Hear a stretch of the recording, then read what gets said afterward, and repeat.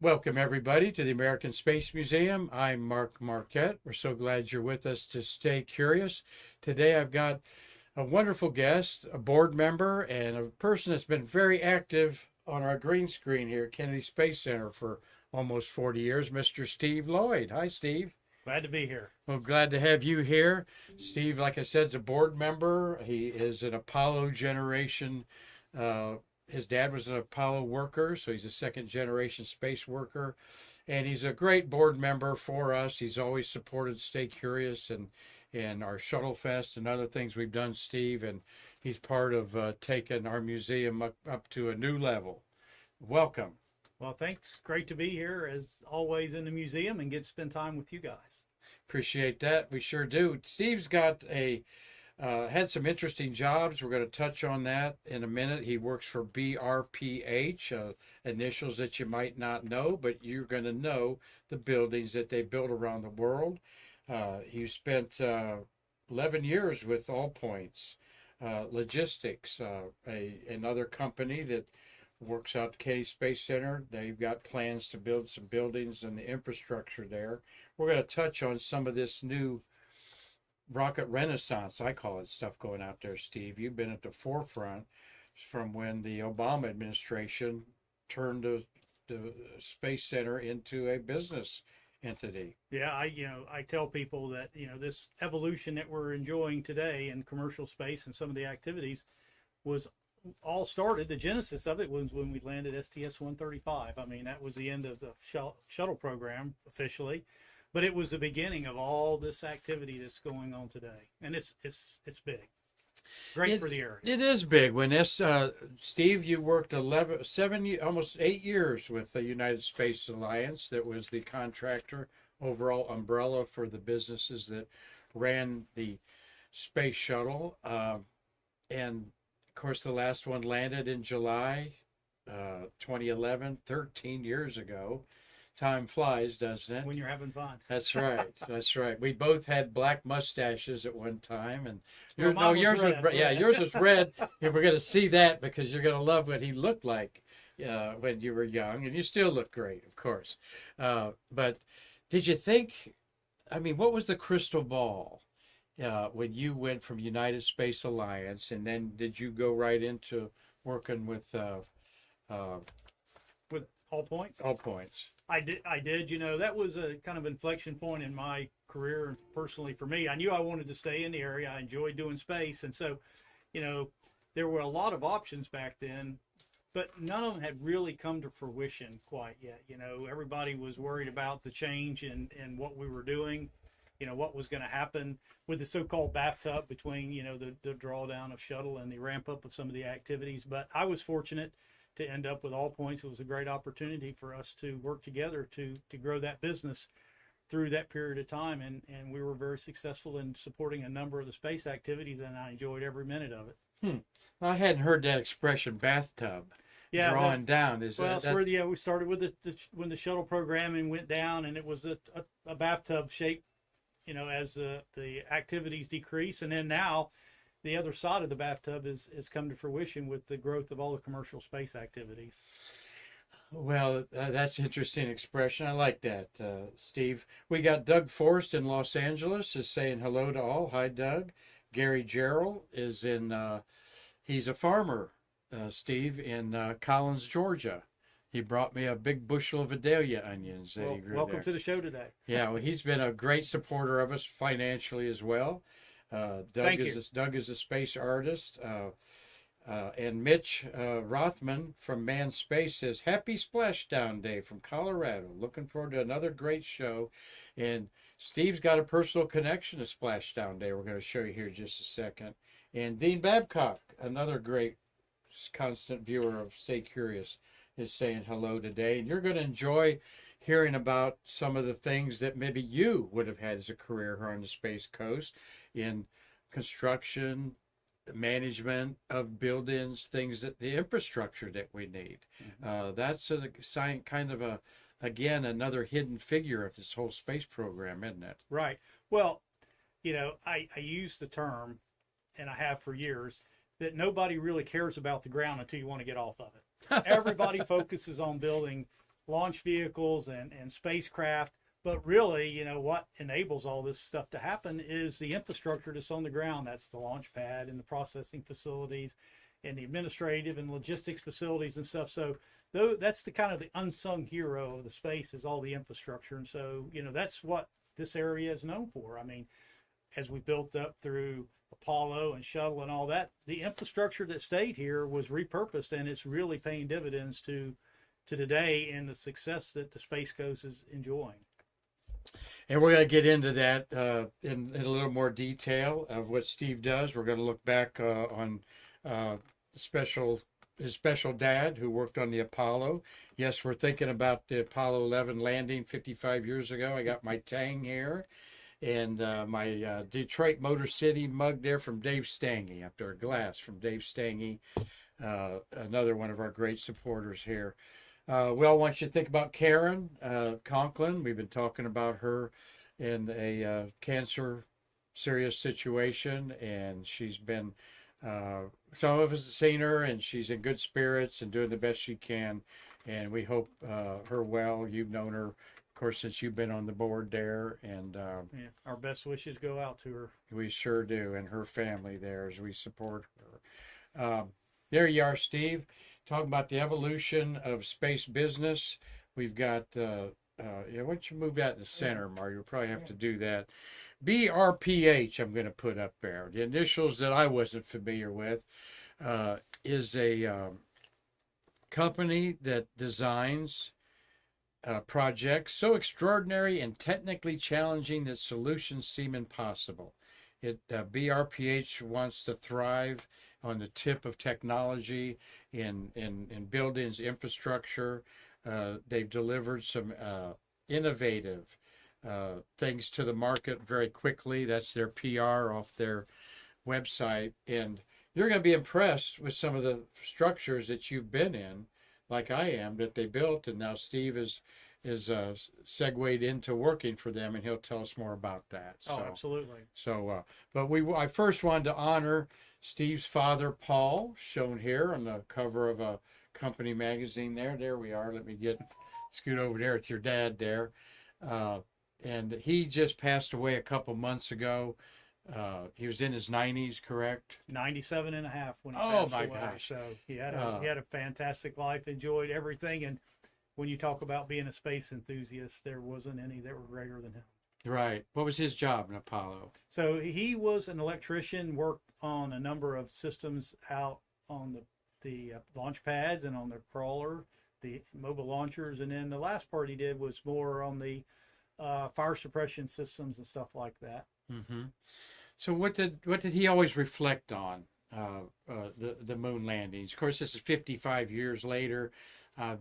News stations just had a little blurb about it, you know. The 50th, of course, we had a spectacular celebration in the 25th. We got to say hi to Marty Winkle here, who's also an Apollo era Grumman lunar module guy. What did your dad, Paul Lloyd, think about man's greatest adventure? Oh, he was always extraordinarily proud of being able to participate and be a contributor to the successes that the space programs had, not just for Apollo, but for shuttle as well. So, and he was one of the type of people that, you know, I tell the story, even after he retired, he had a TV in his living room that he watched TV on, but he had another TV set up just so he could have NASA Select available, and he could watch that all the time. Oh, really? Yeah. Oh, that's cool. So he was very proud of it, of his legacy. Well, we're proud of him, too. We consider him and Marty and all the others national treasures. They certainly are. And even the shuttle era workers like you, the national treasures. Because, you know, there's some VIPs that I know that if I told you their name, you would know them, that are a little bit, not worried, but they say, you know what, when the International Space Station deorbits, they're going to forget about the shuttle era. But they'll always remember Apollo because there's going to be a moon up there. Mm-hmm. What do you think about that, Steve? Well, you know, I think that just there's some validity to that concern, right? That, you know, the legacies that you see associated with a shuttle are going to start to fade away as the commercial world comes into fruition, and some of the hardware that's up there is replaced. But there'll always be the iconic orbiter that you'll continue to see everywhere. I believe, anyway. Well, that's our mission here at the American Space Museum, that you're on our board, is to keep not only the past, in the present, but we need to look at the future stronger too. We need that. But that's definitely the giants of Apollo is what all of the space programs today stand on, from the hypergolic fuels to the environmental systems and everything. It's just amazing, isn't it? Yeah, and one thing that I have learned to really appreciate over the years is truly how smart those folks were back in the Apollo days, and what they designed and how well it worked. And over all these years, people have gone back and reevaluated how you would design, how you would build something, and time again, it's come up that the designs and the approaches that they developed back then remain steadfast as the best way to do it. Huh. Oh yeah, it's truly amazing. Well, kind of when you see the Boeing Starliner, it looks like the Apollo command module and the service module. I mean, there's only one way to do that, What I liked that the Russians did with their Soyuz was put an extra room on there for them to do science and things like that. But Steve, you're welcome to jump in there and take over for me anytime about what you feel like our very intelligent listeners out there need to know. You follow Stay Curious. We got Steve Jokums from Lake County Spaceport. Steve has contributed to us mightily. I'm looking around here for your patches, Steve. I'm going to pull them out here in a minute. But he's helped us with Shuttle Fest. He has a business that does decals on models. Very good up there. And Mitch Rothman at Manned Space is reminding us also, this is the day not only of the Apollo 11 landing, Steve, but the Apollo-Soyuz test project, when the first handshake by Russian and American was done in space by Tom Stafford and Alexei Leonov, both icons of the space program. You met any Russians in your business? I have not. Oh, you haven't? I have not. Okay. Probably of all the activities for the shuttle program, that was one location I never had an opportunity to visit, which was the Russian control center. Well, we're going to see a couple retro shots of you here as I'm looking at my script here, and we'll talk about one of those jobs that you had. But you all know the comedian Jeff Foxworthy? There he is. And I saw that picture of you. I turned around to Marty and said, that looks like Jeff Foxworthy. Tell me what you said. Yeah, I said, when I was younger, I used to get stopped in the airport all the time, and people thought I was Jeff Foxworthy. Did you ever sign an autograph? No, I never went along with it. So, okay. So what are you doing there? So this 80? What is this? This is probably 85 or 86. So that's actually inside of NASA's C-130 aircraft. So what we had to do back then was we loaded equipment onto the NASA C-130, and we're flying around to all the TAL sites, transatlantic abort landing sites, and calibrating the landing systems that they needed in case the shuttle had to make a landing at those locations. So we would take the plane and fly those sites, and we would go practice approaches to the runways and collect data on the equipment we had there and calibrate it, make sure it was ready to go, certify it. So that's inside of C-130. One of my favorite programs of the shuttle, the transoceanic abort landing sites. And my good friend Dean Schaff was over at the GOM. I learned what GOM was. Yep. Ground Operations Manager. Yeah, GOM. I love these NASA acronyms. We're going to do a show on it one Plenty time. We keep threatening them to do that. But yeah, GOM and, Dean, you know Dean. You told me, you played basketball with Dean? Yep. Yeah. He did a cool Stay Curious program with us. And Dean, international traveler, I said, what did you collect, matchbooks or ashtrays, or what did you collect off of these international flights? You know what he collected? What? barf bags. That's a unique He one. did. Yeah, of all And they the- gave him a you know. golden one when he retired down there. So next time you Hopefully see you him, didn't need them. Yeah. you can tell. Yeah, hope you didn't need him. Hey, you probably did.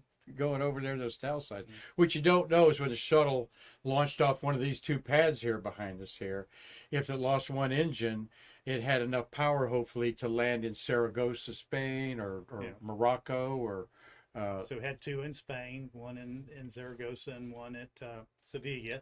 okay. And then we had one in Morocco and one in Gambia, which is on the east coast of Africa. And the celebrated Banjul I've heard about, And Jewel. where the terrorists or somebody stole all the equipment. And, Yeah, and that was in Morocco, or in Morocco. Uh-huh. Well, let's look at a couple scrapbook pictures here. Steve literally started from the ground up in this business here.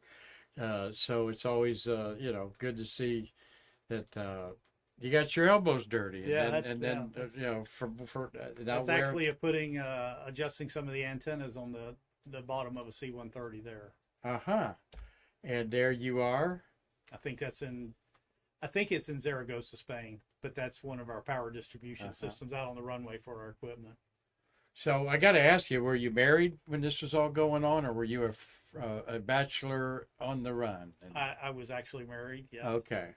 That probably helps. Tame you down. But what I'm trying to say is, wow, what an opportunity to travel the world. Right. Okay. I mean, that gave you a world knowledge of stuff that people don't have immediately. Yeah. There you are with your family there, your dad and your Yeah, sons. yeah. In front of you know what orbiter that was? I think that was Atlantis, but I don't remember. Mm-hmm. They all look the same from behind. Yeah, they do. They do. And this is one of the final scrapbook pictures I like there. I can't read that completely. It says, Smithsonian, please embrace. Move your head. Yeah. Cherish. and learn. Key your microphone there. Yeah. Smithsonian, please embrace, cherish, and learn from her as we have Team DPI. One thing that always strikes me, Steve, being a newbie on the Space Coast and you space workers, is your affection for the orbiters. You know, they were another crew member, correct, on there. And this is another example of it.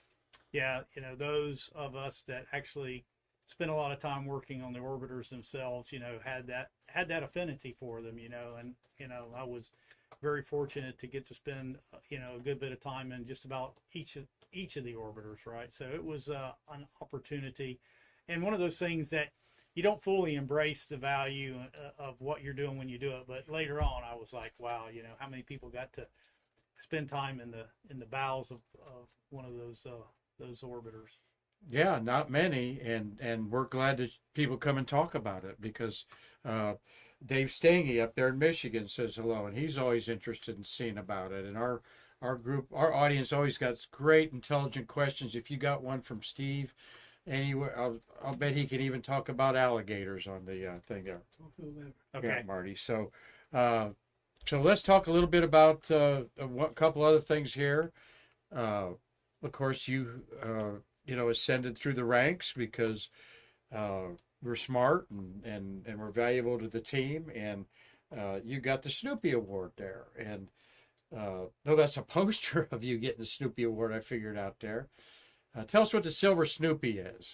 Well, Silver Snoopy is one of the highest awards that NASA had for participation and achievement in the programs, and so I think this particular award I received for the work that we did on getting all of the assets ready for reuse when we got towards the end of the shuttle program. Which is, again, always amazed that you get your pink slip in 2 years, you know you got to find another job, and yet the last 3 orbiters were slick as a whistle coming back. To me, that's an incredible management. It was a testament to the workers that everybody had that level of dedication, that they supported and paid attention to the details right up until the very end. And that's the contractors, though. Both contractors and the NASA employees as well. Well, who gave you your Snoopy Award here? This is kind of fun, folks, to think about on the far right there. Of course, Bob Cabana. Yeah, and to Bob's left there is Mark Nappy, and he's the program manager for Boeing Starliner right now. So he's got his vehicle up there at the station Yeah, I think our board president Larry is trying to get Mark on here when he can Yeah. find time to quit hyperventilating. Yeah, yeah. They're still working through some technical challenges, and his side. And what do you know about that? Since we touched on that, what's the latest? Well, they're still working through some of their thruster challenges and some of the leaks that they were having. So I think that they're just making sure that they've got a good understanding of the problem. As I understand it, and I don't know all the details, is that it's just making sure that they understand as much as they can before they start back.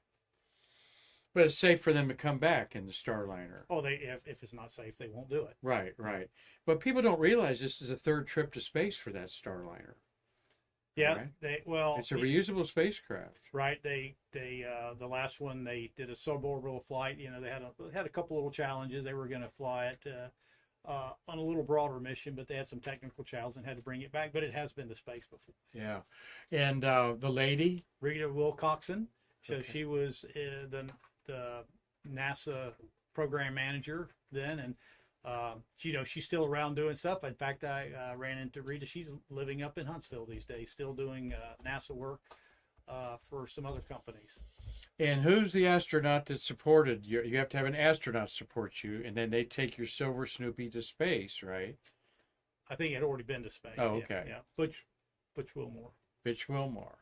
And why we know Butch? Because he's up on the International Space Station right now with Sonny Williams as the test pilots for the Starliner. So did you ever engage in him much, or just other than just smile beside him? Or I didn't get to spend much time with him, but as we went to the TAL sites, we always had astronauts who were with us at the TAL sites as the communications point of contact in case there was an incident. So we did get to spend a good bit of time with those folks overseas. Enjoying my Tang here and a cup Dave Stange gave me here to celebrate the landing of the Apollo-Soyuz test project. So important to today's relations. Hard to think started 49 years ago. And we've got 3 Russians and 6 Americans living on the space station right now in harmony. Yeah, it's the epitome of geopolitical cooperation right now. So let's bring a question on you. Why hasn't the International Space Station been given the International Peace Prize? That's a great question. Maybe you should recommend that. It's been recommended a few times. I looked into that, and it just never got any momentum. And I'm just thinking, this is a perfect example for humanity to look at, of how to get along. So William Whiting says, hello. We miss you, Bill, down here. Tom Celentano is in Connecticut, a great supporter of our museum. He's been in the museum, and most all these fans of Stay Curious have been on the museum here, Steve. So, a couple other things to segue into you being part of our board. There you are with the great Bob Seek and his wife Linda at an event here. And what's it like to be around a guy like Bob Seek? He's a legend. That's all I can say. You speak his name, and everybody just has that universal appreciation for who he was and what he did for the years that he was out there. Yeah. So just a phenomenal person, but extraordinarily bright. He was an engineer's engineer. And of course I know him in his 80s or late 70s, like you do probably, and I try to think back of Bobby, because they called him Bobby all the time in the Gemini program. And then he launched 47 space shuttles, okay? He had a break, and then in between, like his first 10. A man I'll never forget being around. The way he talks, he commands attention, but he's got a humility about him. He's not a braggart or a boisterous guy at all. Just really one of the. To me, that's like NASA management. There he is, right there. The epitome. The epitome, exactly. That's so as they say, you look up NASA management in a dictionary. There's Bob Seek's picture there, because he, along with Mr. J. Honeycutt and a couple others, really took from the Challenger disaster and put the program back on its rails. Bob was very important with that as a manager of shuttle. Launch director extraordinaire. Yeah, absolutely there. So wanted to brag about that. There you are at our memorial, astronaut memorial in January, where we honor the fallen 17 astronauts. Just one of the one things that we're known about that we need to expand upon. It's talk about that ceremony briefly. Well, you can't really focus on the future without remembering the past and honoring, all the individuals that made the ultimate sacrifice is important for our legacy of the museum. It's important to the legacy of space. And, so doing these types of events is a way for us to continue to honor that and continue to drive focus around, what they have done and what we can achieve together as we go forward. And it's a very touching, moving, patriotic ceremony. If you came into town in January just for that, you would not be disappointed, particularly if you're a snowbird, because it's usually warm. But it was very warm this year. Yeah, it was very warm this year. And we've, had Hugh Harris there, one of his last public appearances. He did the Apollo 3 guys there, the voice of NASA. But something that you might consider flying in for, really, because there's other events going on. The memorial, the LC-34 memorial, and then at the Mirror, and then our events. So, yeah, a good time to visit Florida and the Space Museum. That's right. That's exactly right in there. So there you are supporting us at Shuttle Fest. Speaking about the future programs on there, we found a little business model, if you will, for Shuttle Fest and that's something our museum wants to do, Steve, with your help, is keep this shuttle era in front of people, because our program, Stay Curious, is based around it a lot, because we talk about the shuttles of the month, 11 beautiful shuttles of July, and we've got Eileen Collins commanding her first spaceship, the first woman to command a spaceship. She was launched yesterday on the Gamma Ray Observatory mission. I think it's 87. I don't have it in front of me, but the shuttle era, is the torch is passed from the Apollo era to the shuttle era, and we want to keep that torch lit, but we also want to light a new torch to the future of what's going on. So absolutely. So let's talk about some of that. BRPH, where do the initials come from? Those were the initials of the 4 founding members of the company. And, the legacy was that they were working for NASA, doing some of the initial design on the VAB and some of the other programs out there and infrastructure. And so they started the company. Now, don't ask me to repeat their initials, what their formal names were. I can't recall that right off the top of my head. But that's because these founding fathers were from back in the 60s. That's right. And BRPH, we are getting ready to celebrate the 60th anniversary of the company this fall. And NASA's just 60-some years old, so they were right at the very beginning of it. Absolutely, the beginning on there. Think about what. Did you ever think about what it looked like 60 years ago here? When did you move here with your dad? I moved here in 1967. Okay, all right. Well, there we go. It has changed a lot, I guess. Of course, it's changed a lot. But what sticks in your mind that you miss the most from growing up here? You went to Astronaut High School. Yep. Here in Titusville. Yep. Yeah. I was fortunate to spend most of my time here. The legacy stuff that sticks in my mind is how simple the area was back then, right? I was always, as a kid, going fishing in the river and doing things like that. And although we've done a good job of maintaining that here to some degree, it's not like it was back in the 60s and early 70s. Oh, I can't believe reading about the clamming going on in the river and everybody harvesting clams, and it was a business back then, so forth. Yeah, it was. But I've lived here 7 years, and I know that SpaceX has brought the whole area back. I mean, you can't deny that, right? Right. The evolution from the shuttle program into the commercial space environment has been nothing short of phenomenal. And, SpaceX was one of the first companies that led the charge, and they continue to. Now, they're not the only ones. I mean, you've got companies such as Blue Origin and a whole host of other startup companies that are really entering the mix for what's going to happen in the future. And so the amazing thing to me is how quickly this transformation has occurred. Was it ahead of a lot of people's timelines? I That what you're think so. saying?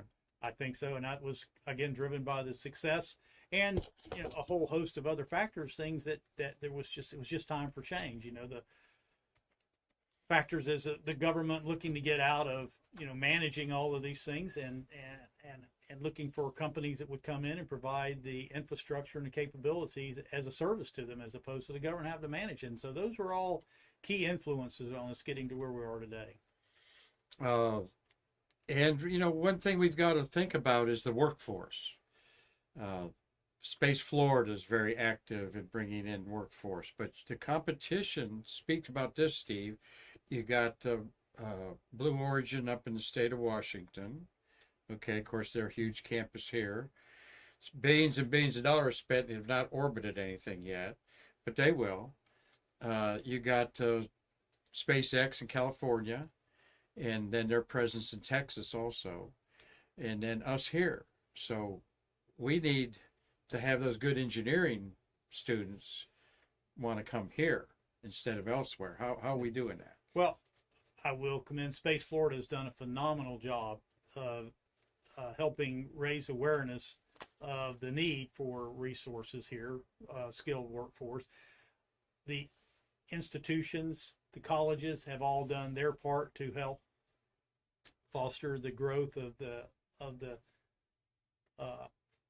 academic needs, meet the academic needs and the attractions. All of the universities around here have all done a great job. UCF has a huge presence in aerospace engineering, as does FIT and Emory-Riddle and Eastern Florida. Everybody's done a good job, and so that's what you hear all the time from these folks as we talk to them, is they are focused on helping generate that next generation of workers, because some of us get a little bit gray and looking for the next generation to take over.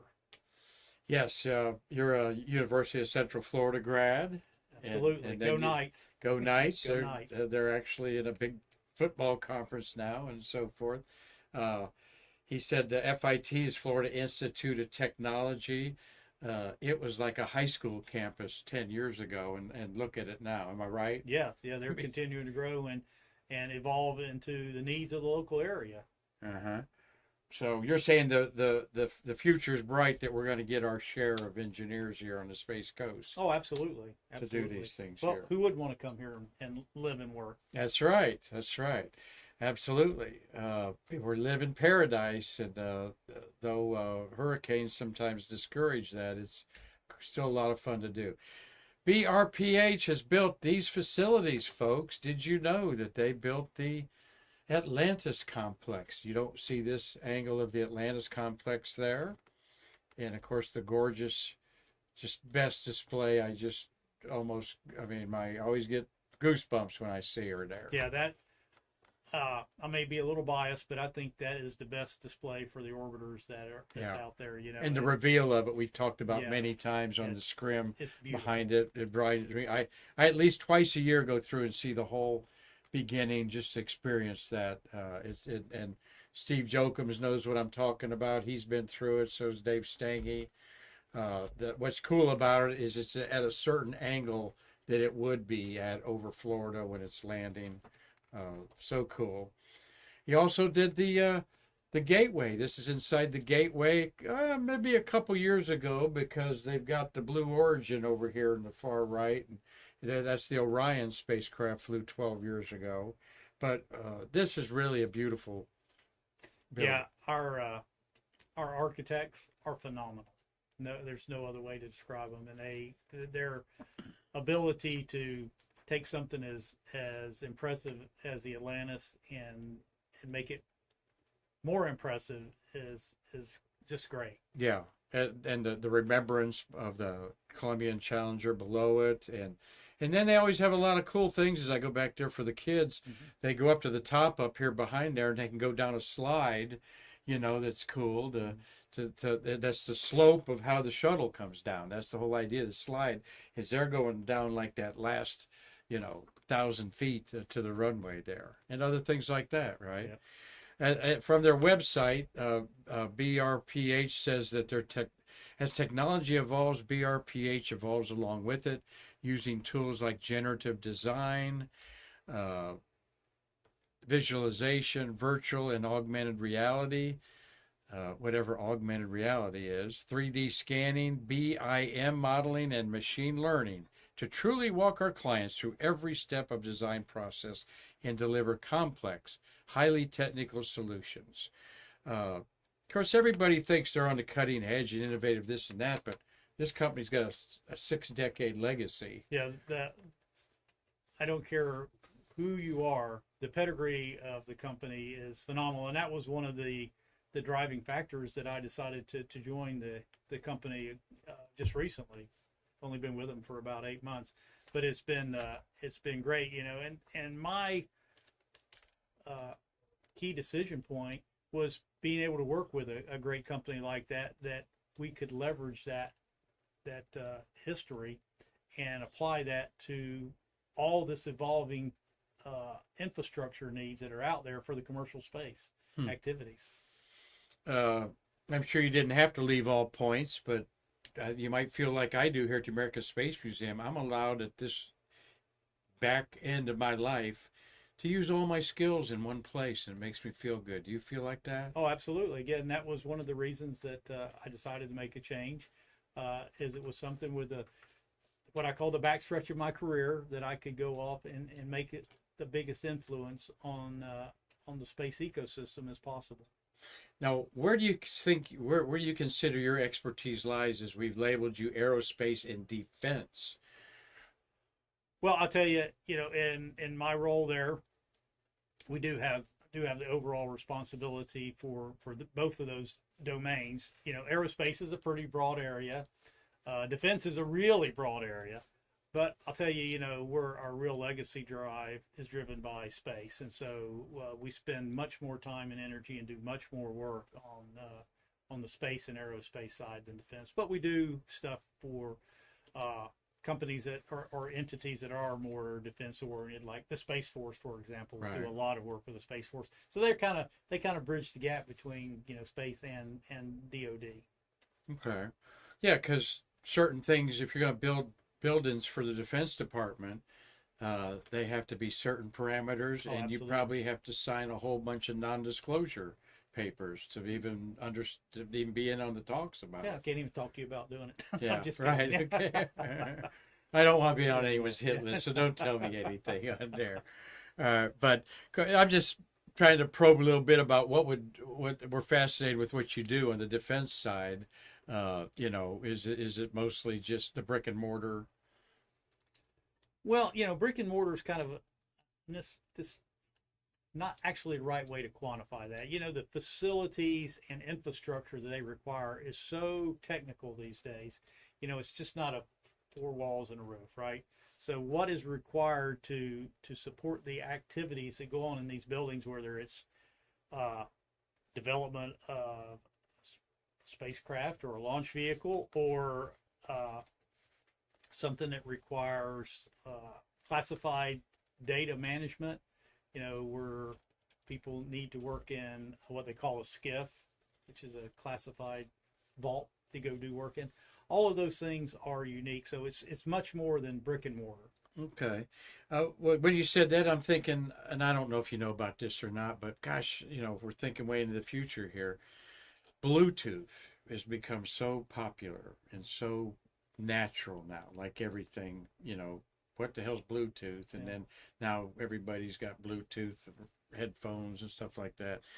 Are modern buildings going towards no wiring? Oh, absolutely. And a lot of Bluetooth stuff going on? Really? Well, Wi-Fi. Wi-Fi? And virtual networks. So there's all types of technology that's being deployed. I mean, I think gone are the days where people plug their computers in, via cable.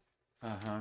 All right. Well, we got our computer plugged in by cable into the internet, and Marty Winkle's doing a great job running it there. We've got our intern Logan Cope here from Eastern Florida State College. We're gonna get him. BRPH has got a building involved with that small university there. Let's look at a couple other things they built. SeaWorld there in Orlando, which I haven't been to in a long time, but they built dozens of educational facilities. Entertainment facilities. Here's what's Walt inside Disney. those geodesic domes there. So these are ground station antennas, and we do a good bit of work with supplying that construction. And then like a mundane building like the Student Union at the Eastern Florida State College in Melbourne, where our intern Logan says he's had some classes in there, just to kind of show you from something very showy to something more utilitarian and practical there. Well, what other places did you want to tell us about that we might know that they're involved in? Of course, the Astronaut Hall of Fame. I didn't put a picture of that up there, but so if they've worked with Kennedy Space Center, they've worked with Delaware North and other areas too. Right. So going back to some of the entertainment, so we have designed a number of the attractions in Walt Disney World and Universal. So, the ability to translate the vision that these companies have into something that you can go visit. I mean, that kind of stuff just boggles my mind. Yeah, it does. I do they kid do around with Star people. Wars? They do the Star Wars facility? I don't know of all the ones they've done, but they've done quite a few. But I kid around with people. It's a great mix of left brain and right brain individuals that we have within the company. Folks that are technical and creative. It's just a great mix. That'd be a fun place to work at because I'm a right brain guy in there. So we're done with Steve Lloyd here, enjoying the conversation. Hope you are. If you got any questions, put them up in there. Tom Celentano, one of our fans, said he once got a handwritten note from Bob Seek after I wrote him in with some questions. And I'll bet that was more than a note, Tom. I can't imagine Bob not sending a couple words of wisdom. Yeah, words of wisdom to you there. Every time I call Bob up about something that I want to verify on the show or get his input, and he says, "Well, Mark, I'm going to give you a long answer, so you got some time." And sure do, Bob. Yeah. And I'm typing away as you're talking, sir, because these are words of from a true legend there. And we've met so many of them here at the Space Museum. Let's see, what else was I thinking of there? Oh, I was going to ask Steve here, are you a Star Wars guy or a Star Trek guy? Star Trek. Star Trek. Yes. All right. Absolutely. All right. Good. Well, that makes sense. You're looking to the future with all this stuff here. As we're winding up this here, have you got something that you wanted to share with us about the future that we can look forward to? I would say that anybody that's interested in space in the future, it is astonishingly bright. The evolution that is in front of us with commercial space, I liken it to what we went through after World War II with civil aviation, where there were a huge growth in airports, right? Back then, airports weren't nearly as common as they are today. And so when we went through that evolution, we built all these airports, and air travel became something that was just second nature to all of us. Mm-hmm. And I see that as a close analogy to what we're looking at going forward with space.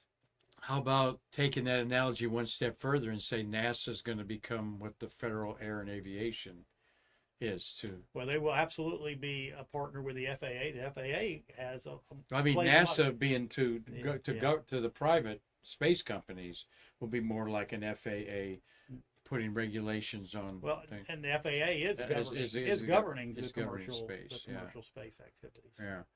But it's amazing, and hopefully, we'll be able to capture some of that futuristic activities here in the museum, and we're looking forward to having everybody that's listening in get a chance to stop by and visit with us here. That's right. And well, we've had some very serious contributors as a board member.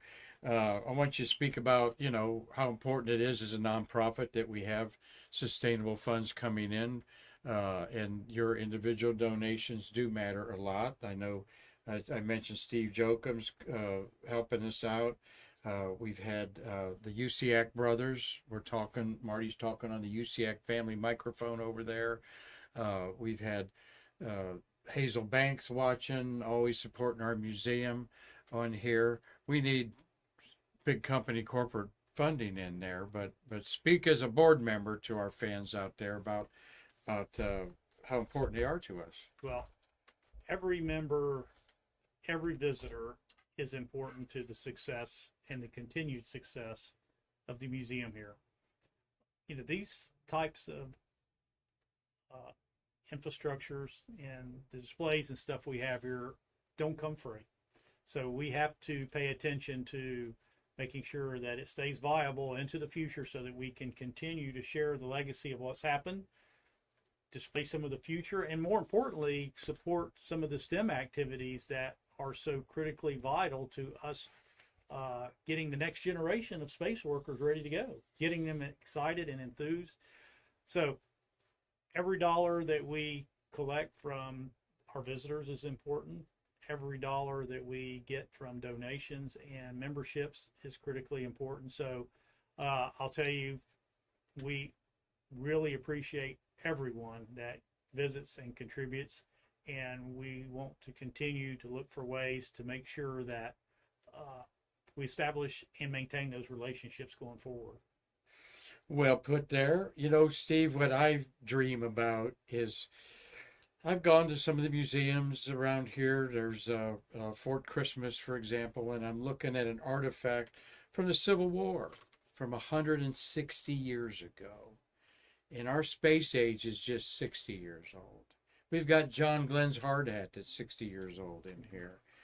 But what I think it's part of our task to make sure that hard hat of John Glenn is looked at 100 years from now, like Civil War history is preserved. And it's not easy. It takes management, takes security, it takes money. All that takes money. So, but that's my analogy is that the Civil War relics you're looking at, space age is going to be just important 100 years from now to look at these. Don't you agree? Oh, without a doubt. And as we have future visitors come in and they're looking at one side of the museum for all the cool and new stuff that's going on, they can also step back and look at the history and see that appreciation for that whole path that took from John Glenn all the way to us getting ready to walk on the moon again. That's right. That's why I wore my Artemis shirt today. They got the core stage on the campus out there. Kennedy Space Center came in right down there, and the turn basin here on my elbow right there. Yeah. And people are losing their minds over pulling this thing out there, so forth. But it's going to be launched in about 17 months, so hold your hat. It'll be a little while there, but we wish it well, and we do pray that Artemis is going, because my generation can't believe we didn't go back based on what your dad and Marty Winkle and 500 other thousand workers did. Yeah, and the initial launch of Artemis was a tremendous event. It was. From a personal perspective, I made sure that my dad was here and that we got to spend that. Did you? Awesome. Wow, that's cool. We got to spend the launch together. Be 2 years ago, November, in there, and that's really great. So let's see. Wanted to say, Dave Stange goes, I guess it's time for all of us to dig into our pockets again, and we appreciate that thought. And dig deep. And dig deep. And we got a great board member here that's trying. We got the board is reinventing itself, so to speak, and we need to have the monthly contributions and things like that, PBS style, that are going in there. Because people like Dave Stange wants to help. He's been in here to the museum. He and his wife Julie flew down here for Shuttle Fest and enjoyed that and so forth. And these are the backbone of our museum here. So And of course, if he was lived here, he'd be a volunteer, like some of you are there. So, Steve, Lloyd, thank you so much Oh, it's a pleasure to be here again. Well, it's great to have you here, and we appreciate all that you're doing for our museum. But also, this is a guy that's going to bring our museum into the future, along with what's happening at the Rocket Renaissance out here on our green screen there. It's a process, and we're glad that you're all along for it there. So, Marty, thank you for a good job today. Thank you, intern Logan Cope. Tomorrow's Thursday and then Friday, so we're going to cook up some news for you on going to go around space news. You all like it when I do kind of hit the headlines and talk about Eileen Collins's fabulous flight to space as the commander, first woman commander. That wasn't very easy. That's the one where the engine went out, and you almost had to catch them at Saragossa or whatever in there. So and then Friday we'll look at some future Friday stuff, and a couple next month we'll have Via Space in here to talk about their future. We like having another company that supports the American Space Museum. So we're glad that everybody watched today. I got a little bit of tang left here to celebrate Apollo 11's landing 55 years ago in the Apollo-Soyuz test project. Until next time, I'm Mark Marquette saying I can't wait to see you in our museum to bridge the space between us.